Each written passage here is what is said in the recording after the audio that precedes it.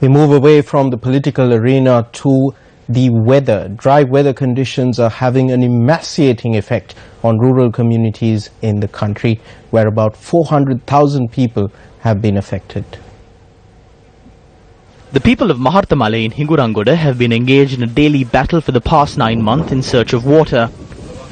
This tube well provides drinking water for the 60 families in this village.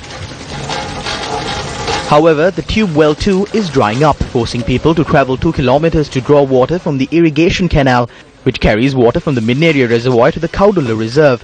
Using this water, which is contaminated by waste from the Hingurangoda area, poses serious health concerns for the villagers, but they have been left with no choice.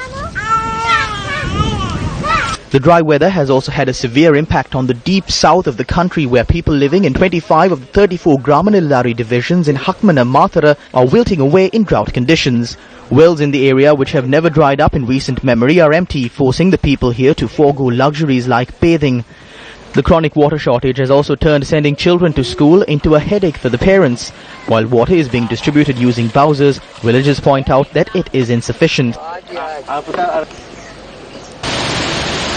Kiriapuage Kapurua and his ancestors have been tilling the paddy fields for as long as he can recall. This farmer sold everything he owns in order to cultivate his 15 acres of paddy fields.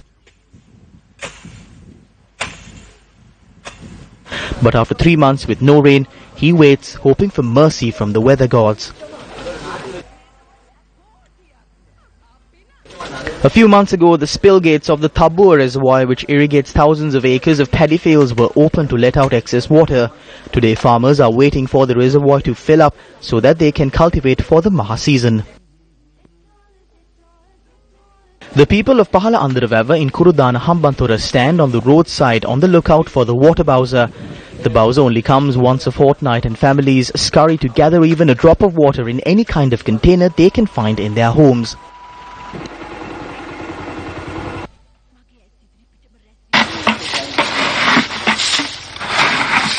The villagers of Valimadayaya in Monaragala have been digging up the bed of the Heather Oya for the past 3 months in order to quench their thirst.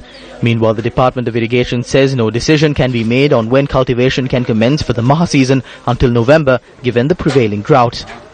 The water levels of several major reservoirs has dropped to between 45 and 35%. A severe drought is prevailing in several districts. One main reason is the change in wind direction over the Indian Ocean. Second, absence of cloud cover above Sri Lanka. Third one, rising ocean temperature due to the El Nino. Fourth one, position of the sun directly above the island.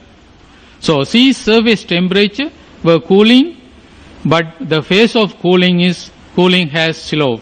This is the main reason for the present severe droughts. We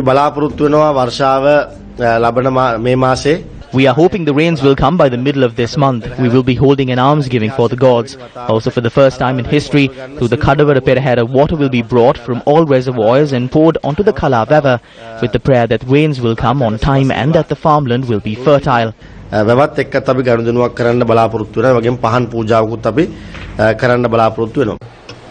We have released a sum of 18.1 million rupees for 16 districts. We have been able to release funds as per the need.